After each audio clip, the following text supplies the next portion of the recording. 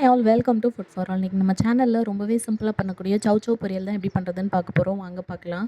First அதுக்கு ஒரு கடாயில் கொஞ்சமாக எண்ணெய் விட்டுக்கலாம். எண்ணெய் நல்லா சூடானதும் அதில் ஒரு ஸ்பூன் கடுகு தாளிச்சிக்கலாம். கடுகு நல்லா பொரிஞ்சதுமே அதில் நான் இன்றைக்கி ஒரு சவ் எடுத்திருக்கேன். அதை நல்லா கழுவிட்டு க்யூபாக கட் பண்ணி அதையும் ஆட் பண்ணி எண்ணெயில் ஒரு முறை நல்லா புரட்டிக்கலாம்.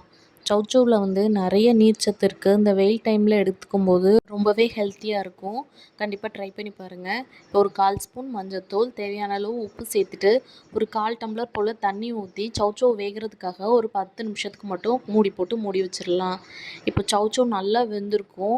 இதை குழந்தைங்களுக்கு சாப்பாடு கூட பிசைஞ்சு கொடுக்க போகிறீங்கன்னா இன்னொரு 5 நிமிஷம் வேக வச்சுக்கலாம். இந்த ஸ்டேஜில் எடுக்கும்போது கொஞ்சம் க்ரன்ச்சியாக இருக்கும். கொஞ்சமாக கருவேப்பிலை தூவிட்டு லாஸ்ட்டாக தண்ணியெல்லாம் ட்ரைன் ஆனதுக்கப்புறம் தேங்காய் துருவி இறக்கிட்டிங்கன்னா சூப்பர் டேஸ்டியான சவ் பொரியல் ரெடி. லிட்ரலி 15 மினிட்ஸில் செஞ்சிடலாம். கண்டிப்பாக ட்ரை பண்ணி பாருங்கள். எப்படி இருக்குன்னு செஞ்சு பார்த்துட்டு கமெண்ட்ஸில் சொல்லுங்கள். இன்னும் நம்ம சேனலை நிறைய பேர் சப்ஸ்கிரைப் பண்ணாமல் பார்த்துட்ருக்கீங்க. சப்ஸ்கிரைப் பண்ணிவிட்டு பார்த்தா எனக்கு ஒரு என்கரேஜ்மெண்ட், அப்ரிஷியேஷனாக இருக்கும். ஸோ மறக்காமல் கண்டிப்பாக சப்ஸ்கிரைப் பண்ணியிருக்கோங்க. இன்னொரு வீடியோவில் பார்க்குறேன். அது வரைக்கும் பாய்.